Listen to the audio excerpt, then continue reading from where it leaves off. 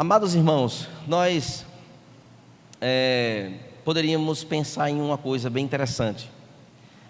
Se nós então recebêssemos das mãos do Senhor Jesus hoje uma carta a respeito de quem nós somos como igreja, o que estaria escrito nesta carta? O que é que o Senhor acharia de nós como igreja do Senhor aqui neste lugar, neste tempo?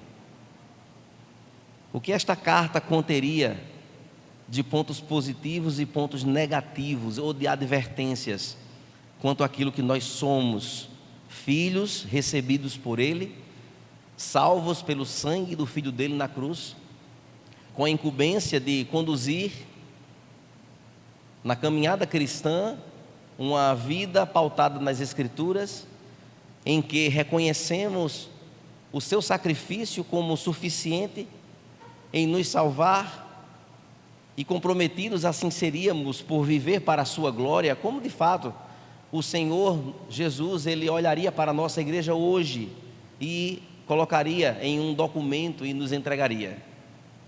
O que de fato nós poderíamos pensar acerca disso? Já pensou então neste relatório, falando sobre a nossa espiritualidade, falando também neste relatório sobre a nossa fidelidade à sua palavra, sobre o nosso comprometimento com as coisas que Ele estabeleceu para que nós assim vivêssemos? Isso inclui presença nos cultos, isso inclui presença nas reuniões, isso inclui a presença nos sacramentos que Ele estabeleceu, isso inclui a fidelidade em todas as áreas da nossa vida, isso inclui quem somos no nosso testemunho, isso inclui a nossa vida por completo e ainda o culto a Ele, a nossa vida pessoal, que por sinal leva o selo do Espírito Santo. Observemos, irmãos, o que constaria então nesse relatório. Daremos início hoje a uma série de 7 sermões, onde cada um deles vai falar um pouco sobre uma das igrejas da Ásia Menor constantes, registradas no livro de Apocalipse. Obrigado, querido. Então, neste conteúdo que nós iremos hoje nos debruçar nele, falaremos de um conteúdo extraordinário que foi transmitido pelo próprio Jesus Cristo ao apóstolo João, para que fossem entregues às 7 igrejas da Ásia Menor, como um alerta ou uma espécie de relatório que o Senhor então achava daquelas igrejas, e assim mandou que ele transcrevesse, para que as igrejas fossem alertadas e voltassem-se para o centro da vontade do Senhor Jesus.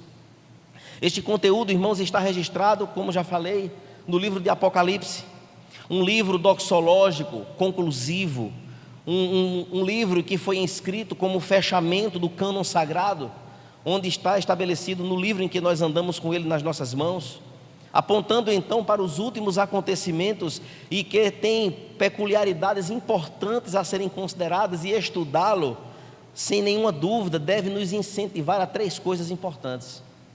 O livro de Apocalipse nos conduz e nos aponta o caminho da santidade, a proposta que o Senhor da igreja, Ele tem para a sua igreja, mas também nos encoraja no nosso sofrimento de vida aqui como cristãos, o sofrimento em todos os âmbitos. É um livro de esperança para nós, mas é um livro também que nos aponta como nós devemos adorar aquele que é digno de toda honra, glória e louvor, e o que nos espera na glória. Esse livro, ele é um livro importantíssimo. A palavra então Apocalipse significa descortinar ou descobrir, ou sem véu. É a revelação, é a palavra de Deus como seu testemunho fiel, e não como uma especulação humana. É de fato Cristo falando à igreja. O livro, ele é prático e ele revela-nos também coisas importantes. Apesar das suas figuras linguísticas interessantes, cheio de simbolismos que em outra ocasião, quem sabe, nós adentraremos nesta seara. Mas é um livro que, de forma prática, ele nos traz a certeza de que Jesus tem total controle sobre a igreja, e isso é bom para nós sabermos disso, pois a igreja do Senhor aqui na terra, não só esta igreja, mas todas as igrejas genuinamente evangélicas que obedecem aos crivos da palavra de Deus fielmente, elas são controladas pelo Senhor Jesus. Amém? Amém, igreja? Vocês estão aqui porque foi controle dele trazer vocês até aqui. Eu estou aqui porque o Senhor assim quis. A igreja avança ou recua de acordo com a vontade do Senhor.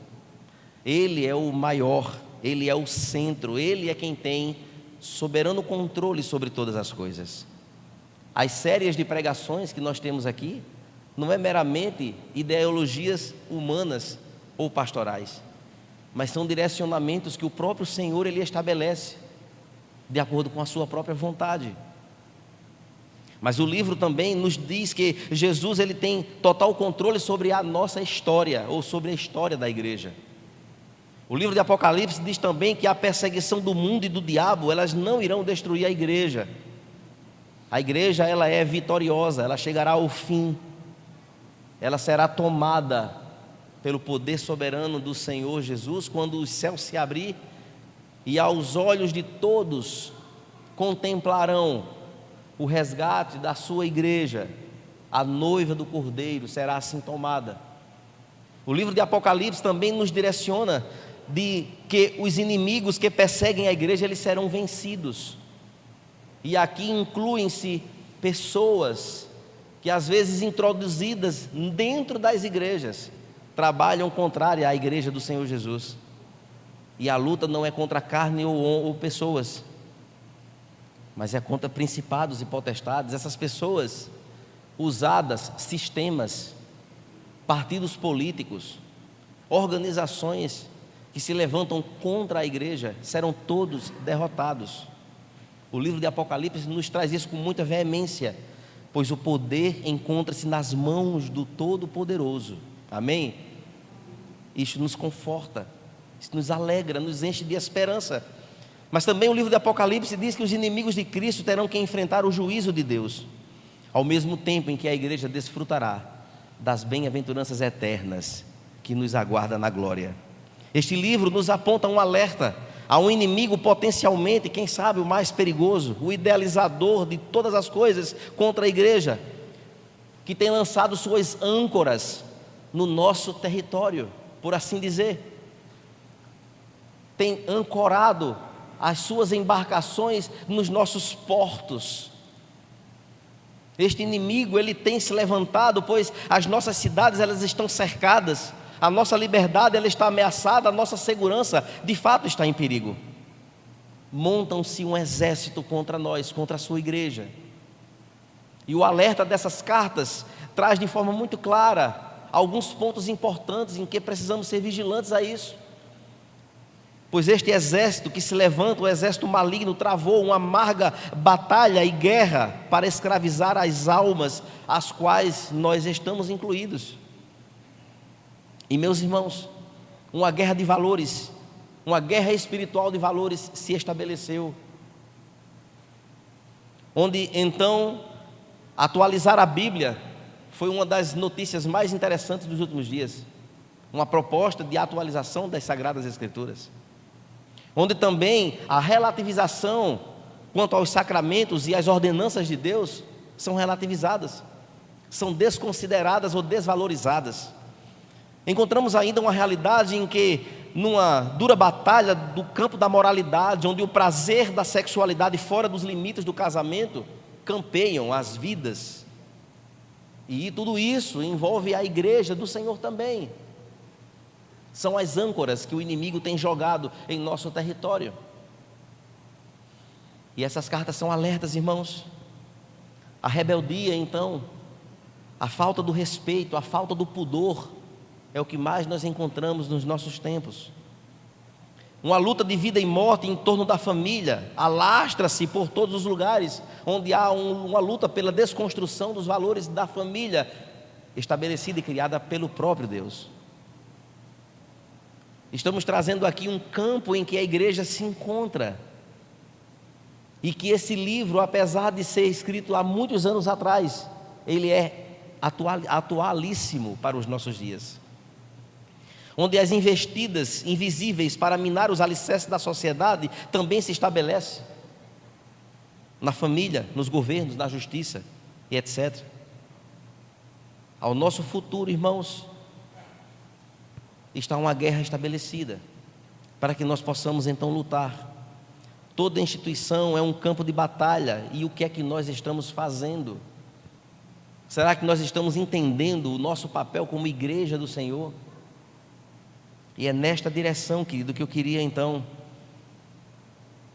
dizer para os irmãos, que a nossa mídia, ela está toda em atividade, a serviço deste exército contra a igreja do Senhor. As salas de aulas das universidades, das escolas, com as suas ideologias, com as suas filosofias, têm tentado desconstruir os pressupostos de quem Deus é, do que a palavra de Deus é. Não somente as salas de aulas, mas também os tribunais, as universidades, enfim, as lojas, o comércio, tudo gira em torno disso. Vivemos um tempo, irmãos, de perigo, em que nós precisamos então entender que até os púlpitos de muitas igrejas têm sido alcançados, onde se relativiza o Evangelho, onde se desconsidera os sacramentos e as ordenanças do Senhor. A igreja está sitiada. João então, ele é instruído a escrever o que vê. O alerta é para ser gravado em escrituras, e Cristo então agora delega a João a incumbência de escrever o Apocalipse como alerta final, já naquele tempo e hoje para nós aqui. Observe, irmãos, que ao invés de enviar uma carta a César com o objetivo principal de que Deus haveria de reavivar a sua igreja, que era a luz do mundo, sal da terra, a igreja agora vibrante, é uma influência a ser sentida pelos povos, mas esse alerta, ele foi endereçado a toda a igreja, representativamente às 7 igrejas. O Senhor ali, ele faz um raio-x da realidade da sua igreja na terra, representado naquelas 7. E ali ele traz coisas importantes a serem consideradas. Uma igreja vibrante, irmãos, não é uma igreja com movimentos, não é uma igreja com expressões desconectas com a palavra de Deus e nem com a decência, coisas irracionais ou imperceptíveis. Uma nova geração de voluntários precisa aprender ao chamado do Senhor. Precisamos deixar então um legado para as próximas gerações. Cobertas precisam ser lançadas fora, lamparinas precisam ser acesas, e esse alerta então precisa soar em nosso mundo hoje, alto, claro e urgente. O alerta precisa soar, e para isso, irmãos, eu convido você a abrir no livro do Apocalipse, no capítulo 2, e os versos do 1 ao 7.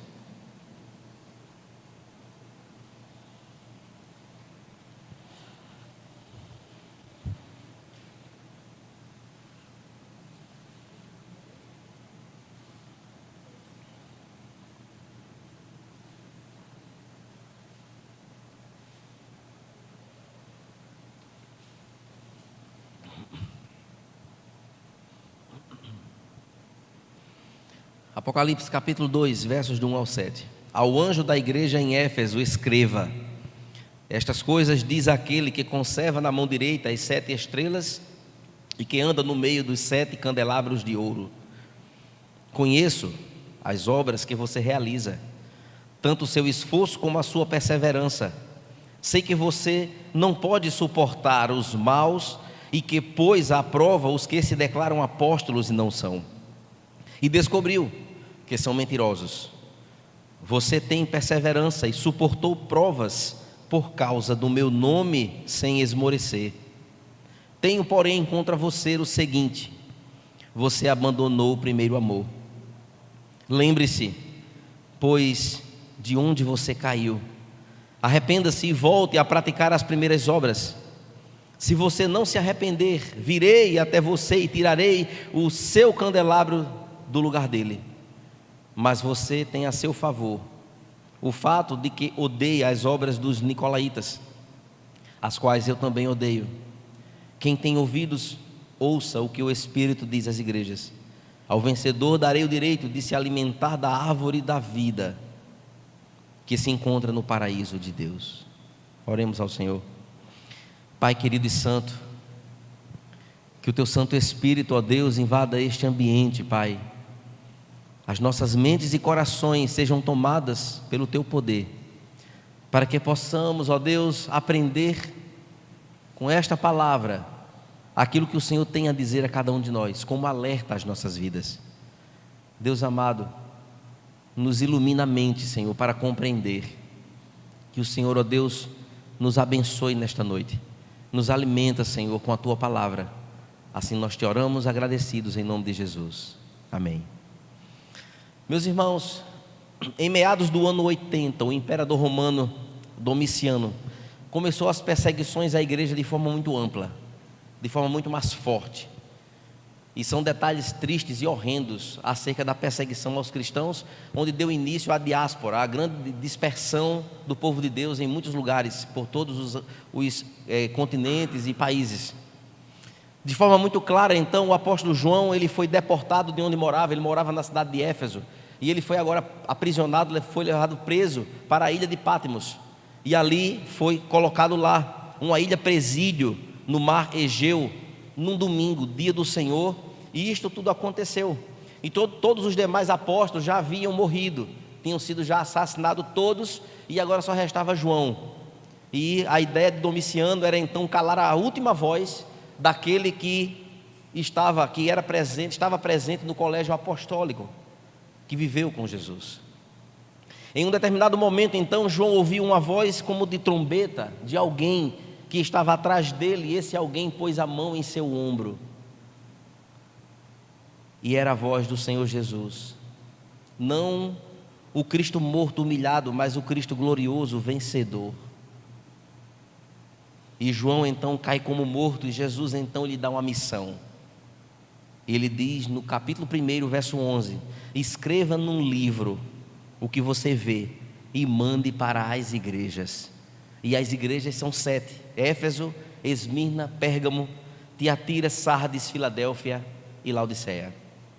Mas por que então seriam essas igrejas, que hoje é o território da Turquia e da Grécia? Essas 7 igrejas, elas foram selecionadas pelo Senhor para que essas cartas chegassem até lá. Igrejas não muito destacadas naquele tempo. Pois então, a igreja de Éfeso e de Laodiceia, elas já foram citadas anteriormente, mas essas outras não, eram igrejas não tão relevantes assim. O Senhor podia muito bem ter mandado as cartas para igrejas proeminentes, como Jerusalém, a igreja de Antioquia, a de Roma, a de Corinto, a de Colossos, a de Alexandria ou de Herápolis. O Senhor poderia ter mandado essas cartas para grandes igrejas, mas mandou para igrejas peculiares, e elas tinham características interessantes, pois essas igrejas, elas receberam a assistência do apóstolo João por 30 anos. Essas igrejas tinham uma condição espiritual que representava todas as igrejas. E o interessante é que elas estavam instaladas em uma rota onde os mensageiros utilizavam uma estrada para poder percorrer cada uma delas. E os mensageiros utilizavam então esses caminhos para poder entregar essas cartas a essas ditas igrejas. E meus irmãos, as igrejas, as 7 cidades estavam situadas então geograficamente desta forma. João então escreve o livro do Apocalipse, faz essas cartas, envia para cada anjo das igrejas, e que eles deveriam então ler e relatá-las com toda a congregação, para que a congregação tomasse ciência daquilo que o Senhor Jesus, ele havia transpassado, ou entregue, mandado escrever dele mesmo para as igrejas. E meus irmãos, o escrito então assim foi registrado. No verso 1, então, ao anjo da igreja de Éfeso, então ele disse assim: escreva, estas coisas diz aquele que conserva na mão direita as 7 estrelas e que anda no meio dos 7 candelabros de ouro. Observe, meus irmãos, que a primeira carta, cujo conteúdo foi ditada pelo próprio Cristo e escrita por João para Éfeso, deveria ser entregue ao anjo da igreja, e há um consenso dos estudiosos da palavra, de que esses anjos da igreja eram os pastores das igrejas, o líder da igreja, era aquele responsável pela igreja. e assim é considerado no livro de Apocalipse, a fim de que ele então tornasse conhecida todo aquele conteúdo de um relatório que falaria então integralmente ou profundamente de tudo aquilo que de fato existia, não só aparentemente, mas profundamente. Logo em seguida, então, Jesus deu suas credenciais como Senhor da igreja, aquele que sustenta em sua mão direita as estrelas e anda no meio dos candelabros de ouro. E meus irmãos, estas credenciais então é de que é um Senhor poderoso, soberano, condutor e que anda no meio da igreja. O Senhor, Ele anda no meio de nós, amém? E meus irmãos, observemos então que o simbolismo referente às estrelas e os candelabros de ouro, eles estão ditos no capítulo 1, verso 20.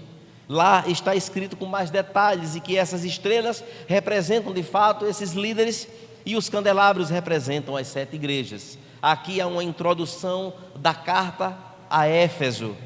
Mais adiante então, dos versos 2 e 3, ele diz de forma muito contundente: conheço as obras que você realiza, tanto o seu esforço como sua perseverança. Sei que você não pode suportar os maus e que pôs à prova os que declaram apóstolos e não são, e descobriu que são mentirosos. O verso 3: você tem perseverança e suportou por causa do meu nome, suportou provas por causa do meu nome sem esmorecer.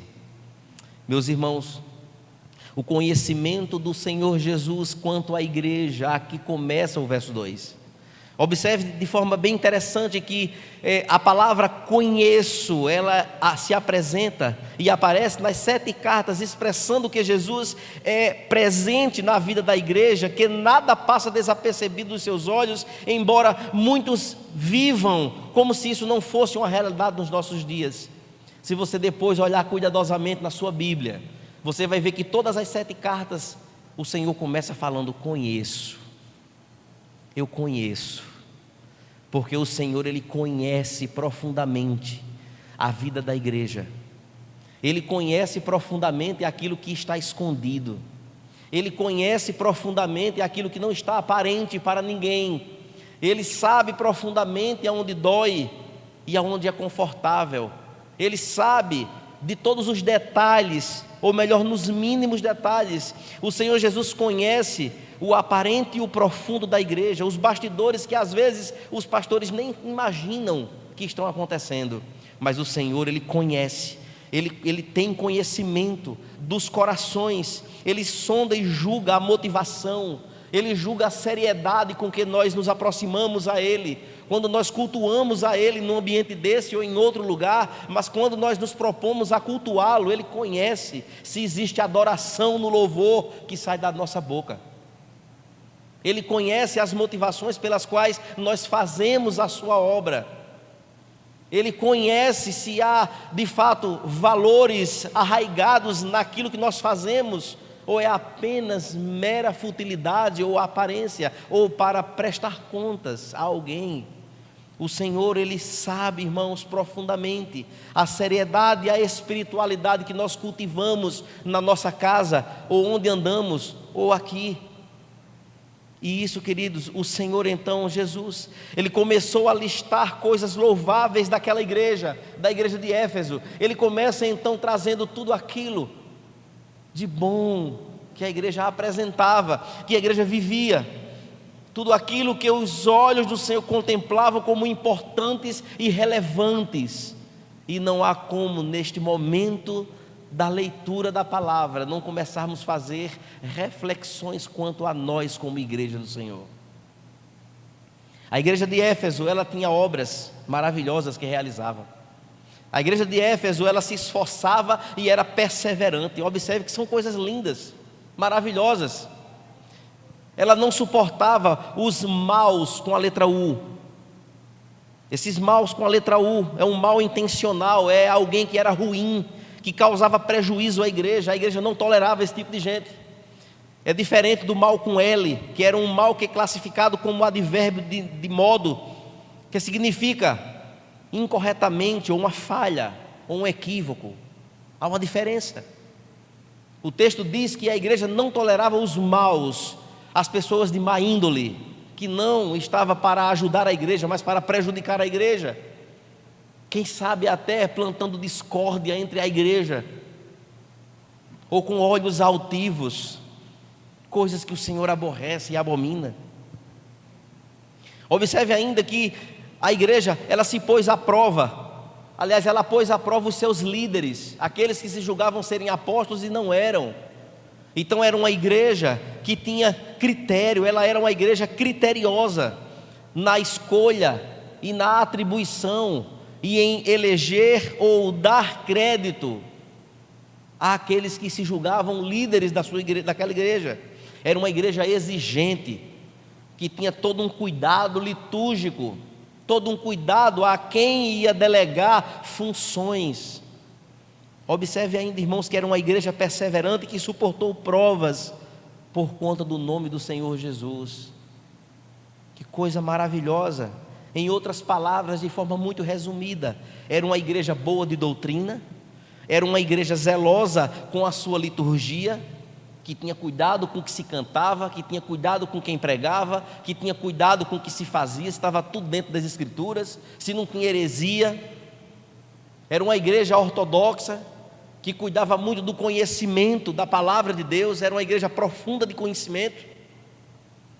Era uma igreja, então, intolerante com a sua liderança, se fosse falha, e forte nas lutas.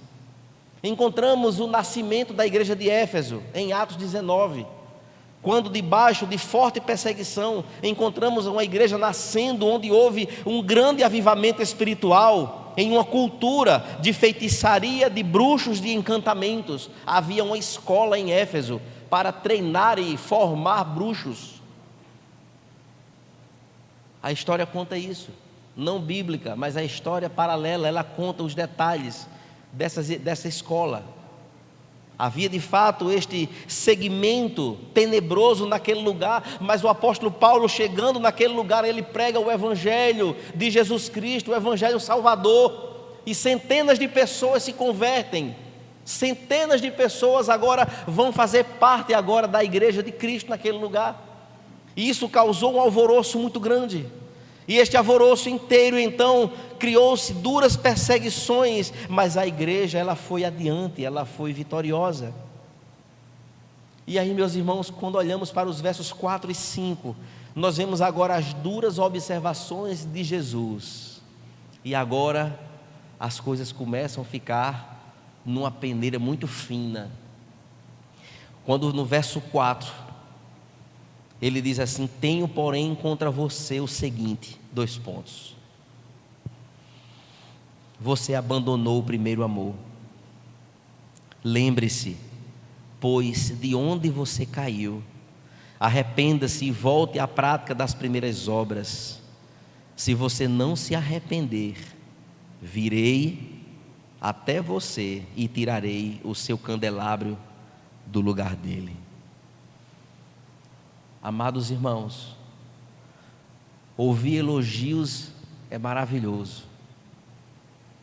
Receber de alguém somente as coisas boas, principalmente do Senhor Jesus, o que é que Ele acha de mim. Diz: olha, você prega direitinho, você tem cuidado, mas eu tenho um negócio contra você. É da pessoa se tremer todo. Meu Deus, o que foi que eu fiz? Onde estou falhando? E receber uma observação desta natureza da parte do Senhor nos faz refletir de que muita da nossa ortopraxia, que é a prática daquilo que nós fazemos na igreja, precisa ser considerada, precisa ser reavaliada, pois o Senhor Jesus, Ele leva em consideração tudo que nós fazemos. Ele fala que tem contra aquela igreja, que ela abandonou o primeiro amor. Abandonou o primeiro amor, deixou para lá. Uma palavra de correção e de repreensão. As igrejas que se esforçavam então para permanecer na sã doutrina, Efésios era uma igreja dessa, a igreja de Éfeso, mesmo sob perseguição, mas demonstravam discernimento, força, comprometimento. O perigo, então, irmãos, está entrelaçado em detalhes importantes e transformadores no nosso entendimento, e eu queria que você prestasse muita atenção nisso aqui. O perigo, então, é tornar a batalha e não a adoração a tarefa principal. Estamos aqui numa batalha, sim, mas esse não é o alvo. O alvo é adorar ao Senhor. O alvo pelo qual nós vivemos, estamos na batalha, sim. A batalha faz parte? Faz parte. Mas qual é o nosso principal objetivo? É adorar o Senhor. Observe ainda que, para muitos crentes, o fim principal do homem não é amar a Cristo, mas é odiar o anticristo. Nosso fator principal precisa ser amar a Cristo. E nós vamos lutar as batalhas que se colocarem na nossa frente. Vamos zelar pela prática cristã? Sim. Mas o nosso maior alvo é amar ao Senhor. É amar a Ele, é temer a Ele. Observe ainda que não é promover a verdade. Existe esse perigo de não promover a verdade, mas denunciar as heresias. São pessoas que vivem somente para criticar. Critica, não, aquele ali está fora da Bíblia, aquele também está ali, não, está errado. Está vendo, pastor? Aqui, está na rede social, critica todo mundo. Vive só para criticar, mas não para promover a verdade. Pregue o Evangelho. A partir de você, faça a sua parte. Você está aqui para e não para. Observe ainda que a ênfase da pregação, há um perigo de ela não ser dogmática, mas ser apologética. O que quer dizer isso, pastor? A pregação ela tem que ser dogmática porque tem que ensinar o caminho do Evangelho, o caminho do Senhor. Mas às vezes se torna muito mais apologética, de combate. Crentes que param em um lugar, em vez de pregar o Evangelho de Jesus para o outro, vai agora entrar em debate, em confusão, o que é que o outro diz, o que é que o outro fala. Eu olho isso com muita tristeza. Já presenciei alguns momentos em que nós chegamos em um determinado lugar e nós encontramos lá cristãos discutindo com não cristãos, concernente a certos assuntos que são polêmicos. Em vez do cristão focar a sua conversa e aquele diálogo no Evangelho de Jesus, não. Vai agora entrar em combate, em confronto verbal que não vai levar a lugar nenhum. É o que acontece nos projetos missionários, que às vezes a gente chega num lugar e nós orientamos a todos que viajam quando a gente vai para o sertão. Vamos para um lugar de muita idolatria. Nós não vamos falar em idolatria de ninguém. Nós vamos lá falar do amor de Cristo. Esta é a ideia. Este é o nosso alvo, é o nosso objetivo. O nosso alvo, irmãos, precisa ser a adoração e não a batalha apenas. Há ministérios fundados com o objetivo de dizer ao mundo no que não crê. O que não crê já está declarado já, mas o que é que eu creio? Afinal de contas, você crê em quê? Isto é um perigo, irmãos, que muitas vezes invade os nossos corações como cristãos. E a gente perde o foco do primeiro amor. A gente entra agora em uma outra dimensão muito mais terrena, muito mais do combate bobo que não vai levar a ninguém. Precisamos focar no Evangelho que muda, que transforma. É voltar ao primeiro amor, é ensinar o que é oração, é ensinar o que é vida com Deus, é ensinar o que é leitura e reflexão da palavra, é ensinar o que são os sacramentos, é ensinar que Cristo morreu na cruz, e isso nos deu a garantia da salvação. E amados irmãos, uma igreja então ela pode ter uma boa ortodoxia, um bom ensino, trabalhar muito, ser ativa, boa de doutrina, aguentar a perseguição e mesmo assim ouvir do Senhor Jesus, você abandonou o primeiro amor. E isso, irmãos, é muito sério, pois o fervor, a alegria, o gozo com as coisas que Deus estabeleceu na igreja de Éfeso, em 50 anos, tudo se acabou. O culto agora era mecânico, não existia mais adoração ao Senhor. O povo não orava mais. O povo agora estava preocupado em se vestir bem e se apresentar bem na igreja. Eu penso que a igreja agora voltou-se a ser tipo uma associação, onde as pessoas precisam marcar o seu ponto para Deus ver que ele foi à igreja naquela semana. Quando de fato não existe nada de motivação presente.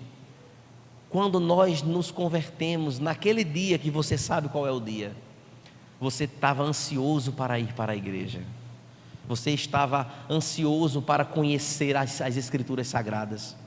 Quando o pastor ia pregar, você prestava atenção, você anotava, para poder depois refletir naquele texto e relembrar tudo que estava sendo colocado. Você tinha cuidado com a sua vestimenta, você tinha cuidado com o seu testemunho, o que é que as pessoas iam pensar de mim como agora cristão. Essas coisas, elas começam então a passar desapercebido, agora começa a esmorecer, começa agora a perder esta alegria no coração de dizer eu sou crente em Jesus. Muitos até perdem o senso daquilo que vai acontecer, que nos espera na glória. Acha que o céu se abrir e Cristo vir buscar a igreja é utopia, é conversa, porque vivem tal qual. E meus irmãos, eu penso que a igreja de Éfeso foi o tipo que se acostumou com a rotina pragmática, e as próximas gerações, elas não receberam o legado dos seus primeiros cristãos. E aí nós precisamos refletir, o que é que nós estamos fazendo com as nossas crianças? As nossas crianças, elas têm o mesmo anseio, vontade de orar, elas são ensinadas a orar em casa, olhando então para nós como responsáveis por elas. As nossas crianças, elas estão vindo à igreja entendendo o que é o culto a Deus. As nossas crianças estão recebendo um legado de que a palavra que nós andamos com ela na mão é a palavra de Deus, que não pode ser retocada em nada, ela está completa, e ela não contém a palavra de Deus, ela é a palavra de Deus. Será que esse legado está sendo deixado para os nossos pequenos? O que é que nós estamos fazendo então neste sentido? O que aconteceu, irmãos, com a nossa vida hoje, depois das redes sociais? Será que as redes sociais, elas têm sido um instrumento ao nosso favor ou nós estamos sendo tragados por elas e tem roubado o nosso tempo com o Senhor? As redes sociais são importantes, são, mas nós temos que ser senhor dela e não ela ser senhora de nós. O que aconteceu então, irmãos, com as nossas prioridades? No mundo todo, quer dizer, não vou exagerar tanto, não no mundo todo, mas em grande parte do mundo, as reuniões de oração é um fiasco. Culto de oração, não, pastor, eu não vou não, porque eu tenho um compromisso. Tudo acontece na quarta-feira. Adoece na quarta-feira, na segunda, na terça está tudo saudável, na quinta, na sexta também, no sábado beleza, mas na quarta, um compromisso. Quando é? Na quarta, não vou poder ir, não, porque eu tenho, a quarta-feira virou um terror, porque nós perdemos o senso da prioridade. O culto é às 18 horas, do domingo, o culto solene ao Senhor. Mas a gente compra uma passagem de avião para sair de 1h40 da madrugada. Se não chegar lá 1 hora antes, não embarca. Eu quero ver se um passageiro perde o horário. Mas para nos encontrarmos com o nosso Senhor, nós temos dificuldades. É porque é o vestido, é porque é a calça, é porque é a maquiagem, é porque o carro, porque o isso, porque o Uber, porque vira, porque mexe. E as nossas prioridades vão ficando pelo caminho. O que é prioridade na vida do crente, meus irmãos? Se não for o Senhor Jesus, que nos deu a vida eterna. Entenda, nós estávamos condenados para morar com Satanás lá no inferno. E o Senhor Jesus disse: eu quero esse povo aqui para ser meu.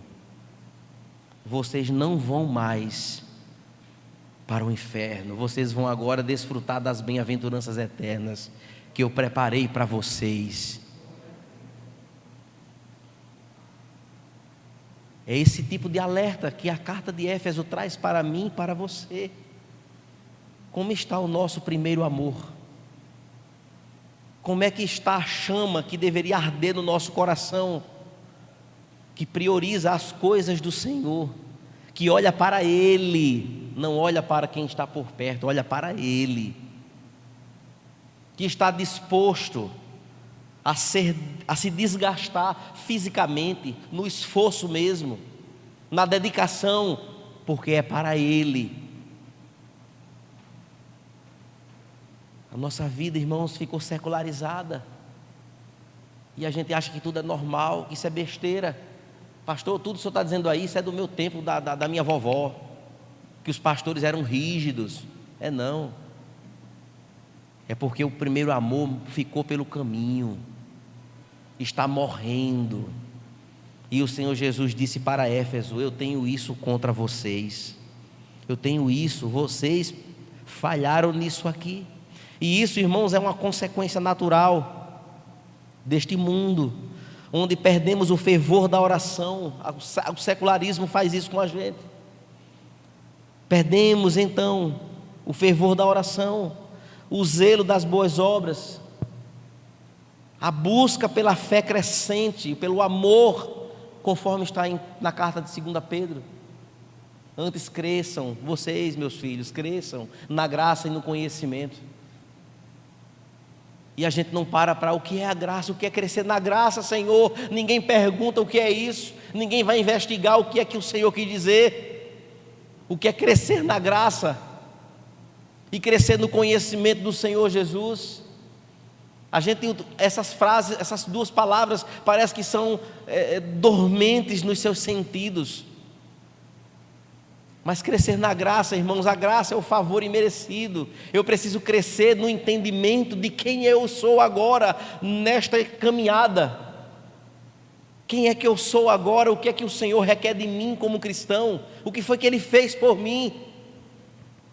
E crescer no conhecimento do Senhor Jesus é conhecer Ele aqui nas Escrituras e conhecê-lo também na vida prática, no nosso cantinho de oração, na nossa busca, resolver as coisas pela oração. Isso, irmãos, tem ficado pelo caminho, e por conta disso, muitos têm fraquejado na sua caminhada. É uma espiritualidade baixa, é um farrapo de espiritualidade, porque não se cultiva nada, apenas cumpre um papel de vir ao culto, sentar, assistir o culto, que isso aí é uma nomenclatura abominável. Um ímpio, ele pode vir assistir um culto, mas o crente, ele vem cultuar ao Senhor. Eu vou cultuar, eu não vou assistir culto, não é espetáculo, irmãos. É vir com o coração pronto, de gratidão. Senhor, eu vim aqui hoje para agradecer ao Senhor por esta semana que passou, pelo teu favor sobre a minha vida, e não botar desculpinhas esfarrapadas que Jesus conhece, porque o texto diz que Ele anda no meio da igreja, Ele anda, Ele sabe, Ele conhece. E aí, meus irmãos, nós ficávamos tão felizes quando chegava a hora de ir para o culto, de ir para a igreja, mas de repente agora nos sentimos aliviados quando nós escapamos dela, trazendo 1000 desculpas. Tem desculpa para todos os gostos que a gente possa ouvir e imaginar. Nós expressávamos no nosso louvor por meio dos hinos e cânticos espirituais com lágrimas escorrendo pelos nossos rostos, mas agora temos vergonha até de sermos comparados como crentes caretas. Para que isso? E nós não sentimos a presença do Senhor na hora do louvor. Constatação na igreja de Éfeso e que se arrasta pelas nossas gerações. E meus irmãos, nos intitulamos como aqueles que atacam o erro, sim, mas antes isso gerava indignação, quando faltava reverência em qualquer coisa ao Senhor, que tocava na honra do Senhor nosso Deus, nós ficávamos irritados, a gente ficava chateado. Mas isso passou, esse zelo agora já não é mais como era antes. Agora muitos estão muito mais preocupados em demonstrar sua superioridade intelectual e viver nas redes sociais, curtindo os seus ídolos teológicos que estão aí na internet por tudo quanto é lado. Nada contra eles, Mas nós precisamos viver, irmãos, o Evangelho de Jesus. Mas no verso 5, então, o Senhor diz assim: lembre-se onde você caiu, onde nós começamos o nosso fraquejar na fé, onde foi que as coisas começaram a se desmontar na nossa caminhada. Resumidamente, irmãos, a instrução deste verso 5 em diante, ele utiliza então 3 palavras importantes, 3 verbos: lembrar, arrepender e retornar. 3 advertências lindas, onde a graça do Senhor se estabelece. Se lembre, reconheça e se arrependa, volte, retorne ao caminho. Há esperança, há uma trajetória de graça, onde o Senhor Jesus então fala para aquela igreja e fala para mim, para você nesta noite. Uma palavra de alento, de profundo amor da parte dele. A graça então dando abertura a uma oportunidade para um retorno ao caminho. Em outras palavras, ele disse assim: você, igreja, lembre-se e admita onde caiu. Onde foi que você começou a fraquejar? Você começou a olhar para quem que a sua fé se acabou desse jeito? Com quem você se envolveu? O que é que você está bebendo? Bebendo no sentido não é de água nem de líquido não. Você está bebendo o quê? Está lendo o quê? O que é que você está abastecendo espiritualmente a sua vida? Com que conteúdo? É com a minha palavra? Ou é com vídeos na internet que muitas vezes a fonte é terrível? Está mais destruindo a sua fé do que construindo alguma coisa. Lembre-se, puxe na sua memória. O Senhor está dizendo: reconheça o seu pecado, confesse ao Senhor a sua negligência, a sua infidelidade, a sua arrogância. Confesse que você abandonou o primeiro amor. Ele está dizendo isso para a igreja. O que é que está acontecendo? Você tem que se lembrar. Lembre-se, eu estou aqui com você, frente a frente. Eu estou dizendo para você: se lembre onde foi, o que foi que mudou. Mas ele diz depois: arrependa-se, dê meia volta, avance para a direção oposta, deixe de lado o peso que o impede e volte a corrida olhando para mim. Assim diz o Senhor. Retorne, volte-se. E a palavra bíblica, irmãos, essa palavra arrependa-se, ela está espalhada nos evangelhos de Jesus. Quando a pregação desde João Batista dizia: arrependei-vos e crede no evangelho. E aquele que se arrepende e deixa, alcançou a misericórdia do Senhor. E meus irmãos, este é um momento onde eu preciso rever os meus conceitos como igreja de Cristo, onde a sua palavra diz: transforme os seus pensamentos e atitudes e desfaça as suas desculpas que você sempre tem dado a mim, para negligenciar aquilo que eu quero que você faça. E meus irmãos, o Senhor tem perdão para nós. O Senhor tem perdão para a igreja de Éfeso. Teve perdão naquele momento daquela carta sendo apresentada àquela igreja. E ele diz: então agora você vai retornar ao primeiro amor. Retorne às primeiras obras e recupere a fé, a santidade e o zelo de antes. Retorne à casa do Senhor com alegria, conforme está no Salmo 100, verso 2. Apresentai-vos a Ele com alegria e com cântico, porque Ele é merecedor de toda a glória e de todo o louvor. Até nas lutas que nós enfrentamos dentro da igreja, é um instrumento nas mãos do Senhor para moldar o nosso caráter. Mas Senhor, está tão difícil, eu estou enfrentando uma luta tão grande lá na igreja mesmo. Louve a Deus, humilhe-se diante da presença dEle, pois o Senhor às vezes instrumentaliza essas coisas para moldar o nosso caráter, para forjar em nós, para mostrar para nós o quanto nós somos servos ou não, para nos mostrar o quanto somos às vezes durões, arrogantes, prepotentes. E o Senhor diz: é assim? Então eu vou colocar um negocinho no seu caminho, que é para você poder se ver, e para você aprender, e para lhe humilhar, e para você ficar no seu lugar de adorador, para você reconhecer que eu sou suficiente e poderoso na sua vida. Em tudo dai graças. Todas as coisas cooperam para o bem daqueles que amam a Deus, que foram chamados segundo o seu propósito. Mas o Senhor, Ele tem uma punição para a igreja, caso ela não se volte para o Senhor.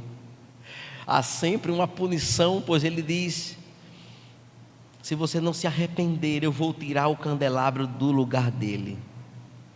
O candelabro é um tipo de candeeiro, que no texto é estabelecido com 7 candeeiros, e o Senhor passeia no meio deles, que representa a igreja, e ele tem velas nas suas pontinhas, que servem para iluminar o ambiente.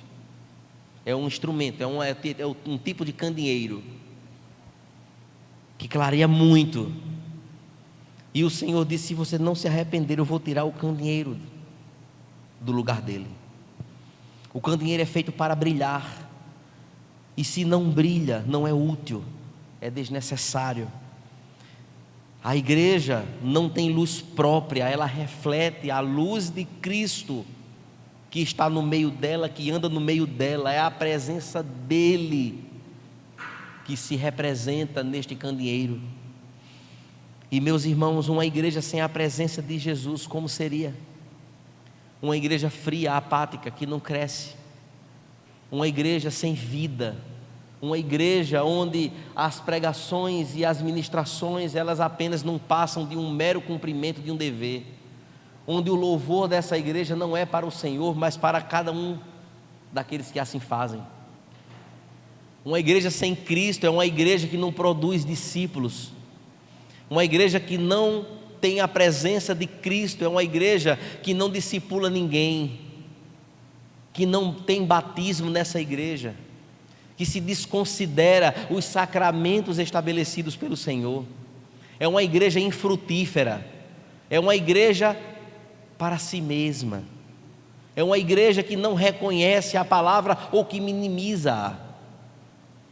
É uma igreja que muitas aí afora enchem suas programações de tanto louvor, peça, teatro, tudo. Nada contra essas coisas aí, quem faz, respeito. E na hora da pregação é 10 minutinhos de reflexão. Aí a Bíblia Sagrada, a reflexão da palavra de Deus expositivamente, ela é rebaixada. É uma igreja sem Cristo. É uma igreja sem a presença do Senhor. É uma igreja que não ora. É uma igreja que não busca a presença do Senhor. É uma igreja apática. É uma igreja sem a presença dEle. Jesus ainda, irmãos, apresentou uma última observação a favor deles. Uma última. Ele disse: você tem uma coisa boa ao seu favor. Você odeia as obras dos nicolaítas, as quais eu também odeio-as. E quem eram os nicolaítas? Os nicolaítas, alguns estudiosos, nas suas investigações, entendem que tratava-se de discípulos de Nicolau de Antioquia, uma espécie de diácono, um líder, que tinha uma ideologia de pregação como líder daquela igreja, um dos líderes daquela igreja, que pregava a libertinagem cristã e ignorava o corpo físico como o templo do Espírito Santo. E tinha uma proposta de promover assim a prática da imoralidade sexual entre cristãos. Era algo tenebroso, terrível. Esses eram os nicolaítas, que tinha esta heresia como pregação, que pregava então a imoralidade e a idolatria ao corpo. Mas, meus irmãos, no verso 7, a palavra de Deus diz: quem tem ouvidos, ouça o que o Espírito diz às igrejas. Ao vencedor darei o direito de se alimentar da árvore da vida, que se encontra no paraíso de Deus. Esta exortação, irmãos, está presente em todas as 7 cartas. Todas elas começam então dizendo para a igreja que o crente ouça atentamente, obedientemente às palavras de Jesus que fala através do Espírito Santo, podendo então entender como uma exortação urgente para aquelas igrejas, as igrejas do Apocalipse e também as nossas igrejas atualmente falando. Meus irmãos, a recompensa para aqueles que obedecem ao Senhor, prestem atenção nisso, não é obedecer a uma liturgia apenas, não é obedecer às orientações da liderança da igreja, não é isso, é obedecer a Cristo, pois quando nós obedecemos a Cristo, nós vamos usufruir de coisas que são concernentes às mãos de Cristo, à bondade de Cristo, à graça de Cristo, ela se estabelecerá em nós, e quem tem para nos dar é Ele. E meus irmãos, a recompensa então neste sentido, parafraseando o que está escrito aqui, é a certeza que nós vamos comer da árvore da vida, que foi colocada lá em Gênesis capítulo 3 e o verso 24, a árvore da vida que Adão comeu indevidamente. Nós vamos agora ter acesso a esta árvore, vamos comer deste alimento. Nós agora teremos uma intimidade especial com o Senhor, de uma restauração de comunhão perdida, conforme foi lá na queda. Será então, irmãos, desfrutado por aquela igreja que preserva o primeiro amor. Para concluir, irmãos, nesta noite, ficaram algumas lições importantes para nós, e lições práticas, por sinal, para que nós possamos olhar para essa cartinha tão pequena e ver nela as grandiosas verdades que confrontam o nosso entendimento, confronta a nossa fé, confronta aquilo que nós às vezes pensamos e achamos que está tudo certo, e muitas vezes não está. O mundo está sob ataque influente do inimigo, é uma verdade, um ataque moral e mortal, e a nossa hora, irmãos, é de desespero. O tempo está passando, os nossos posicionamentos que adotamos como cristãos é um reflexo de que de fato somos cristãos ou frequentadores de uma igreja. Nós temos comprometimento verdadeiro com o Senhor da igreja, ou temos um comprometimento apenas com a agenda que nos faz satisfeitos porque somos talentosos e fazemos algo para o Senhor? Precisamos olhar, irmãos, como está de fato estabelecido o nosso futuro, como aquele que vai discipular, como aquele que vai seguir de fato e verdadeiramente os caminhos do Senhor, deixando um legado, porque daqui nós vamos partir, cedo ou tarde, nós não iremos ficar para sempre aqui. Mas esse alerta é um alerta diferente, não é apenas para ser ouvido por todos. Como assim, pastor? É um alerta para a igreja invisível do Senhor. A igreja invisível do Senhor é diferente da igreja militante do Senhor. A igreja militante são todas as pessoas que fazem parte da igreja. A igreja invisível é a igreja entre aqueles que vai subir.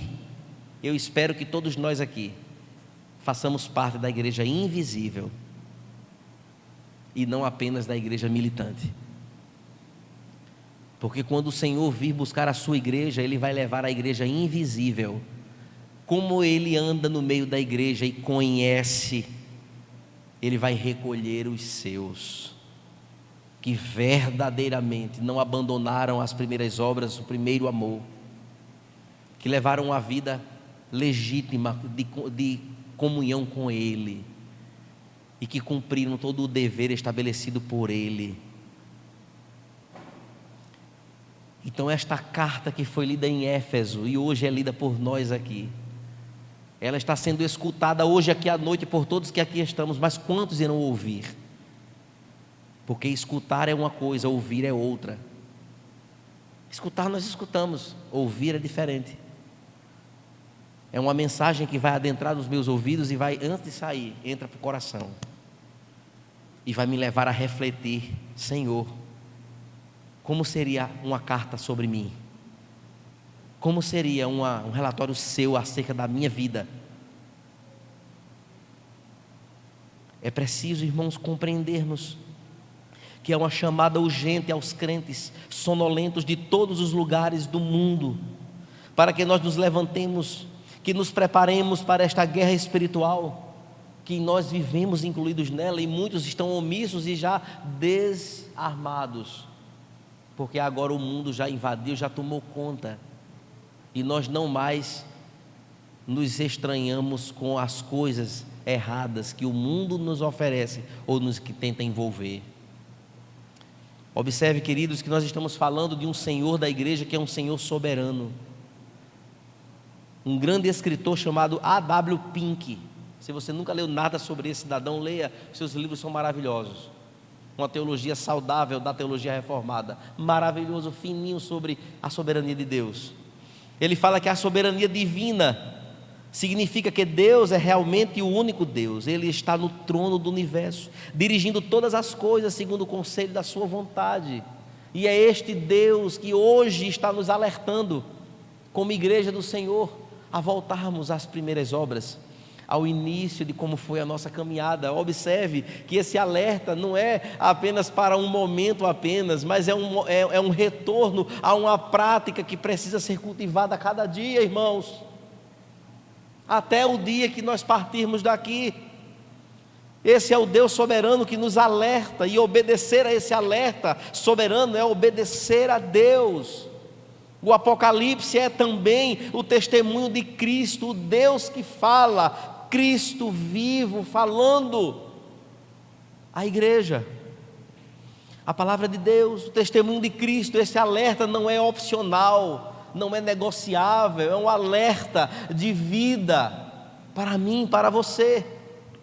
Porém, os que respondem ao alerta final são abençoados de maneira extraordinária, experimentarão de ricas bênçãos do Senhor, experimentarão de felicidade, de gozo, de satisfação nele, desfrutarão da presença dele em toda a sua vida, de poder e paz. Este é um alerta, irmãos, transformador. Não só atentarão para esse alerta aqueles que são filhos, de fato, que foram comprados pelo sangue do Cordeiro, só esses atentarão para este alerta. O alerta final é urgente, o tempo é curto, o fim se aproxima, Cristo virá em breve, Ele já está voltando, eu acredito, pelos sinais que nós já vemos. Como vamos então, irmãos, responder a este chamado? Como é que nós vamos então sair hoje deste lugar e vamos continuar muitas vezes brincando de ser cristãos? Nós não estamos falando, irmãos, de um modo de vida, não. Estamos falando de verdades absolutas, daquele que nos comprou com o seu sangue. É algo muito mais sério, numa dimensão muito mais elevada do que aquilo que nós podemos imaginar. Estamos incluídos, irmãos, em algo especial daquele que criou todas as coisas. Isso deve nos levar a um profundo refletir daquilo que nós somos. O alerta, irmãos, que ecoou pelos séculos, chega aos nossos dias. A areia da ampulheta do tempo de Deus está descendo, está quase no fim. Com profundo senso de urgência, ouçamos as advertências de Cristo. Preste atenção nisso aqui agora. Precisamos, irmãos, cultivar o quarto secreto da gente. Precisamos usar o nosso quarto não apenas para deitar e dormir, mas para o momento em que nós teremos o nosso a sós com Deus, os nossos encontros com o Senhor no nosso recôndito. Precisa ser retomado urgentemente. Nós precisamos, irmãos, redescobrir e fomentar o culto doméstico, tão falho em nossos dias. Pelo menos uma leitura da palavra em família. Os nossos filhos vão aprender isso. Os visitantes vão aprender isso. Eu vi um pastor dos Estados Unidos pregando aqui em João Pessoa, no Betel, quando eu estava lá, no seminário, pastor Elias Medeiros, um homem extraordinário, reitor do seminário, que é também Universidade dos Estados Unidos.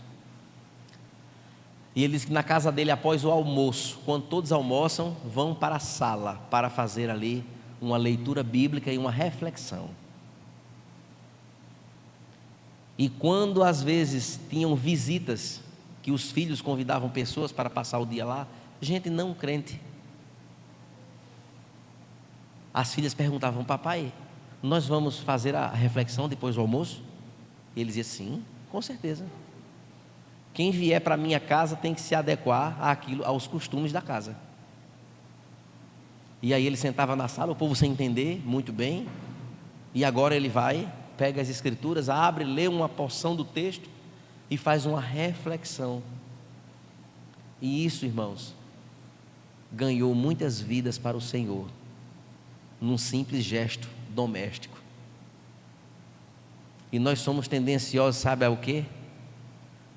Muitos cristãos, quando faz festa de casamento, de aniversário, aí chega para o pastor: pastor, eu posso botar uma garrafinha de uísque, porque tem um pessoal da família, né, que o senhor sabe, né, vem para a festa e assim, o que é que o senhor acha? Isso não era nem para não era nem para se perguntar. O casamento é de quem? É seu. Você é crente? Sou. Quem dita as regras é você. Ou a gente brinca, ou a gente leva a sério. E meus irmãos, isso tem sido tão relativizado na vida de tantas pessoas. Precisamos, irmãos, então, não somente aqueles momentos formais e burocráticos da igreja, orarmos ao Senhor. Não é para a gente passar a semana toda e só orar quando vem aqui, ler a palavra somente quando está aqui. Não.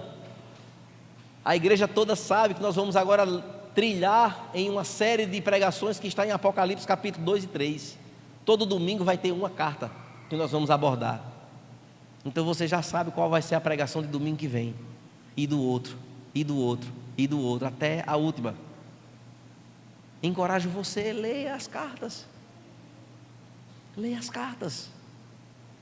Aprofunde-se em entender um pouco sobre elas, para que domingo a gente já chegue aqui com os nossos corações e mentes acesas, preparadas para poder então meditar mais profundamente no texto. São essas coisas, irmãos, que se perdem no caminho, esse foco. E eu falo, irmãos, de momentos específicos de consagração em casa, sem pressa, sem atropelo, sem telefone tocando. É orar ao Senhor, é buscar de fato esta vida com Ele, para confessar então os nossos pecados a Ele, pecados pessoais que nós temos, as nossas fragilidades, e não sermos, irmãos, omissos, pois Ele conhece todas as coisas.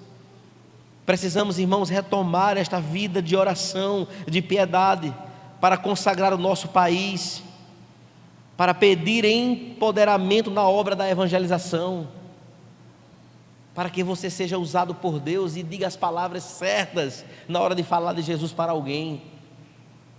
A gente não ora por essas coisas, a gente não ora pedindo ao Senhor oportunidade para poder chegar no chefe, chegar no colega do trabalho, naquele que anda com a gente, para que o Senhor gere uma oportunidade de podermos evangelizar aquele que precisa ouvir a voz da verdade, para que nós possamos, irmãos, ver os grandes feitos do Senhor em salvar vidas. Somos discípulos de Cristo, missionários dele sobre esta terra. Não podemos, irmãos, levar uma vida medíocre, onde nós temos vergonha de orar em público, de ler a palavra gaguejando, porque a gente nunca lê. Quando lê é na pregação, 2, 3, 5, 7 versículos e pronto. Onde nós passamos o nosso dia muito mais questionando Deus do que satisfeitos nele.